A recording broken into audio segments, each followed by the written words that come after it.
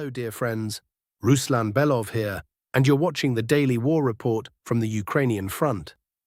Before we get into it, a quick but important ask. Please subscribe to the channel and hit that bell icon to turn on all notifications. YouTube is actively suppressing this kind of content, shadow banning us and hiding our videos from subscribers. Only your engagement, likes, comments, the bell, keeps this channel alive and visible. It takes 10 seconds, but for us it makes all the difference. Done? Great. Now let's get to the briefing. Iran and Washington. Who's winning? Let's start with geopolitics, because without this context, the picture on the front lines won't make full sense. There's an old rule that holds true in politics, diplomacy, and frankly in life in general. Gestures of goodwill don't come from a position of strength. When you're strong, you dictate terms. When you're weak, you make concessions and call them gestures of goodwill. That's not cynicism, that's just how it works. And watching how this Middle Eastern chapter of American foreign policy is unfolding, it's becoming increasingly clear who exactly is making those gestures right now. Just yesterday morning, Trump, in his usual blunt, take-no-prisoners style, declared, if Iran doesn't show up for the second round of negotiations, the ceasefire is over and the bombing resumes. No extensions, no compromise. Iran didn't show up. Iran gave no consent to further talks. The ceasefire expired, and what did Trump do? He extended it. Unilaterally, without a single concession from Tehran in return. That's a pivotal moment worth sitting with, because what it means is this. Right now, Washington needs the ceasefire more than Tehran does. The United States found itself in a position where continuing military operations carries unacceptable political and economic costs. And that, any way you cut it, is a strategic weakness, not an insult, just a cold assessment. The initiative has shifted to the other side. It appears the White House has recognized this. Trump seems to have understood that military force alone won't deliver the results he needs, and is now pivoting to a different strategy: blockade. The logic is straightforward. Shut down the Strait of Hormuz, choke off Iran's export flows, and Tehran starts running out of money. That's a workable idea. The problem is that it won't only be Iran that suffers. The global economy is extraordinarily sensitive to disruptions in that strategic corridor. Roughly 20% of the world's oil transit passes through the Strait of Hormuz. A blockade hurts everyone. The real question is who has more endurance and political will to hold out? Iran or the United States, burdened as it is with domestic economic pain and collapsing presidential approval ratings. Northern Group, the capture of Veterinaarnoye, now to the front. Over the past 24 hours, Russian forces recorded advances on several axes, in the Dobropoli direction, in the Slavyansk direction, where something quite significant occurred, and on the Northern Group sector, which has been delivering results with impressive regularity throughout April. We'll start there and work our way south. The Northern Group has taken Veterinaarnoye. The settlement is located in the Kharkiv region, right on the Russian-Ukrainian border. At first glance, it might seem like a minor gain. A border village, so what? But that would be a serious oversimplification. Veterinaarnoye is not an abandoned hamlet with a handful of houses and a barn. It's a well-fortified settlement that Ukrainian forces had been methodically converting into a major defensive stronghold. There are multi-story buildings there, around 10 apartment blocks, and every single one of them had been turned into a fortified strongpoint. Every building was fought for separately. It was essentially a miniature urban clearance operation. Floor by floor, stairwell by stairwell. On top of that, the settlement sits on high ground. That's where its strategic value lies. Ukrainian units dug in there had spent months observing and controlling a sizable portion of Belgorod region, spotting, adjusting fire, creating a constant threat. It was a thorn that had to be endured. It no longer has to be. Russian troops now hold the dominant elevation, having driven the enemy from positions they had used for years to look deep into Russian territory. The fighting for Veterinaarnoye lasted from the beginning of April, roughly 3 weeks of hard assaulting against a seriously prepared defense. The objective has been achieved. Now, what comes next? The logical next target is Kazachia Lopan, a considerably larger settlement with a pre-war population of over 5,000 people. It's about 4 kilometers from Veteranoye and just 2 kilometers from the Russian border. But Kazachia Lopan is heavily fortified. If Veteranoye took 3 weeks, taking Kazachia Lopan will demand significantly more resources, time and manpower. Don't expect a swift thrust there. And this raises a broader concern. The Northern Group is currently conducting active operations across its entire length, advancing on the Komarovo bridgehead, pressing on the Sumy axis, maintaining a new bridgehead in the Krasnopolye district to threaten Sumy from the east, holding and expanding the Lipetsk sector, achieving results on the former Vovchansk axis, keeping pressure on the Velikoburluk direction, and now opening yet another point of tension. That's a heavy load, a very heavy load for a single grouping. Whether there are enough forces, resources, and logistics to sustain all of these directions simultaneously remains an open question. One would like to believe everything has been carefully calculated, but the question is not an idle one. Slavyansk direction, entry into Rai-Alexandrovka. On the Slavyansk direction, something happened that we'd been waiting for. The advance there amounts to just around 700 meters on the map. Not much in absolute terms. But the significance of those 700 meters is hard to overstate. Troops of the Southern Group have entered Rai-Alexandrovka. For now, on the outskirts only. For now, the foothold is still unstable, but the fact itself is a decisive one. Let me explain why. Rai-Alexandrovka is currently the only serious obstacle standing between Russian forces and the city of Nikolaevka. As long as this settlement holds, the direct road to Nikolaevka is closed. Once Rai-Alexandrovka falls, capturing Nikolaevka becomes a matter of days, not weeks, not months. That's precisely why Ukrainian forces are defending it with such ferocity. That's precisely why every meter costs. Russian troops have broken through. Now the critical task is to consolidate the foothold firmly and begin expanding control inside the settlement.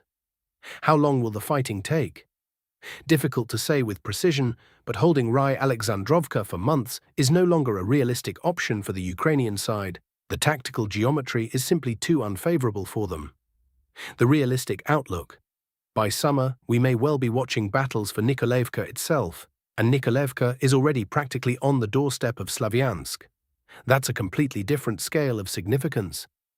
Constantinivka direction, the ring tightens.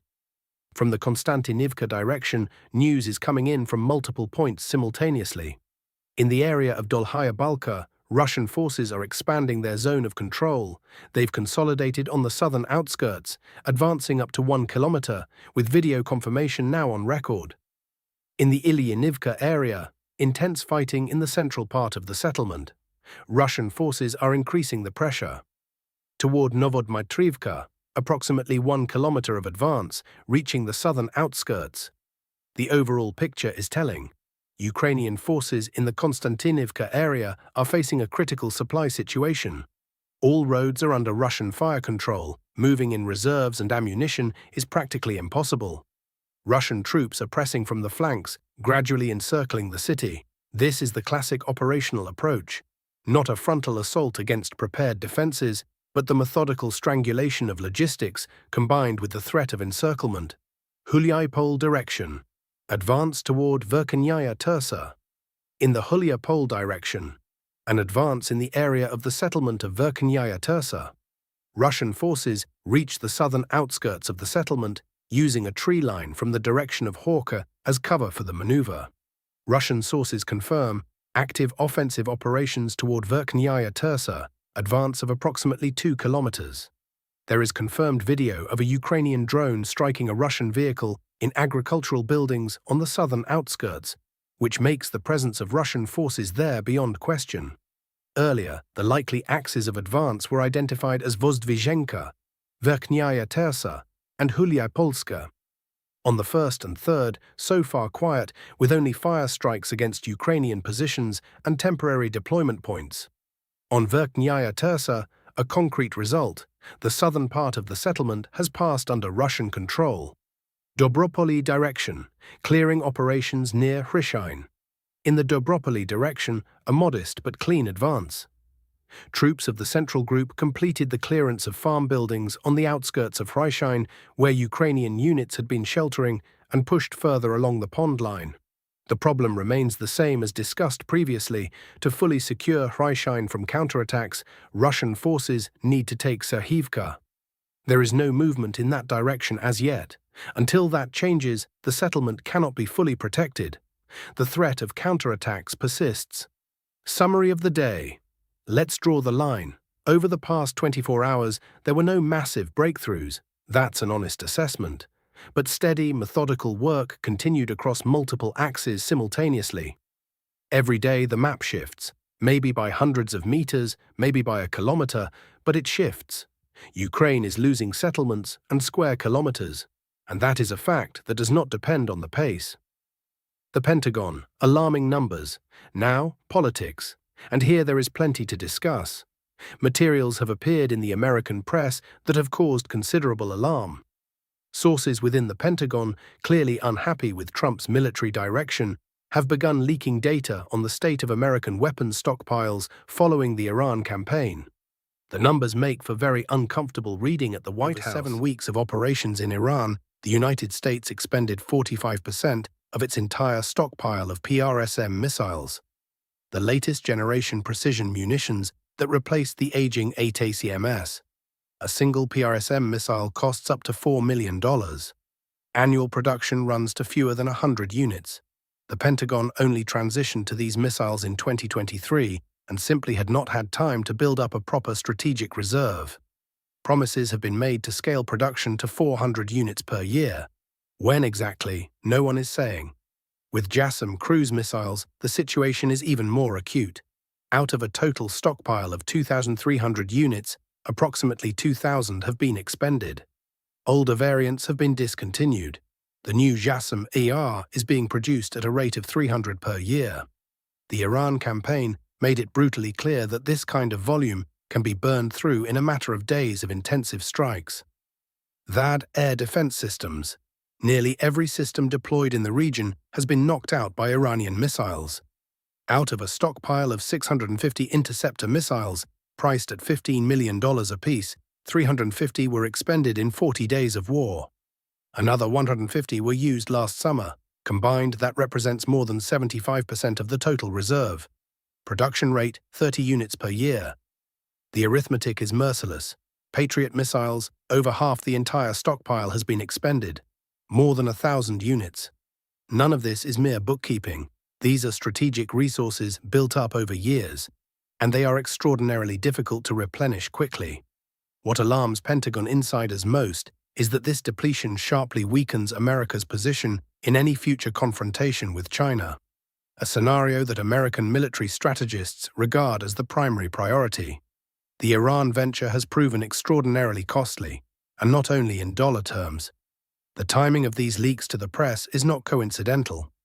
A portion of the Pentagon's military and civilian establishment is proactively distancing itself from responsibility for the consequences, shifting the blame onto the political leadership.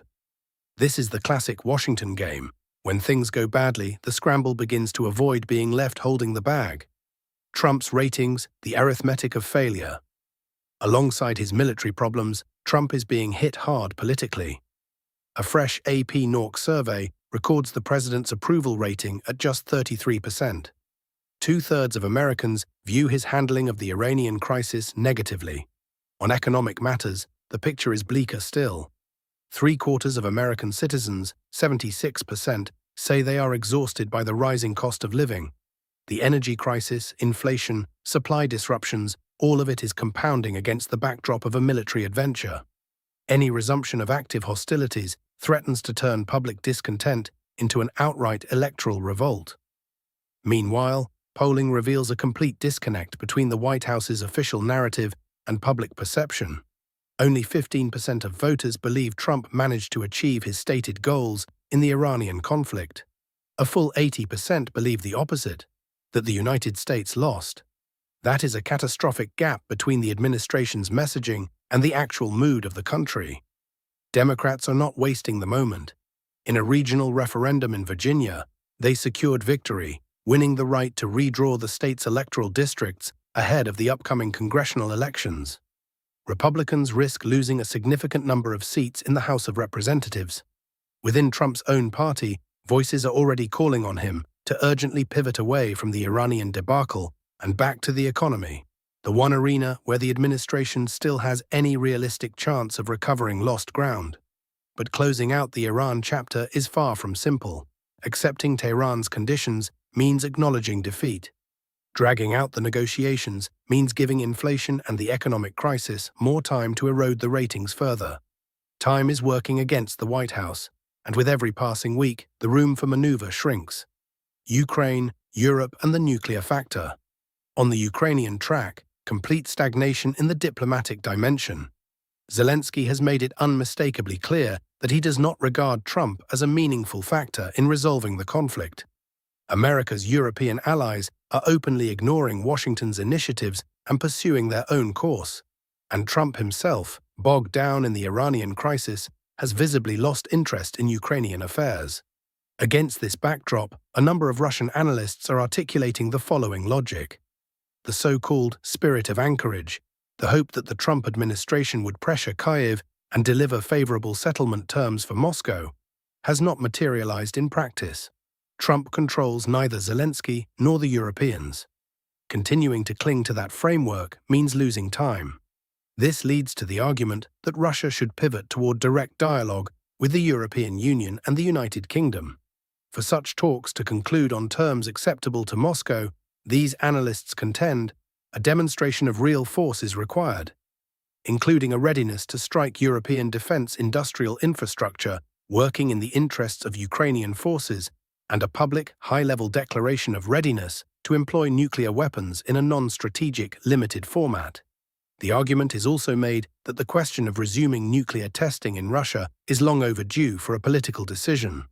How accurately these assessments reflect actual Kremlin policy is a separate matter.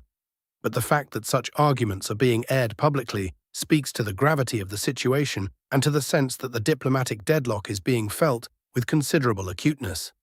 That's all for today. The situation on the front and around it remains complex and multi-layered. We keep watching, analyzing, and working it through. If you haven't subscribed yet, now is the time. Hit the bell, leave a like, drop a comment. That's the lifeblood of this channel, and without it, YouTube simply doesn't show our content to anyone. We work for you every single day, and your support is the only thing that makes it possible. This was Ruslan Belov. See you in the next episode. Take care of yourselves.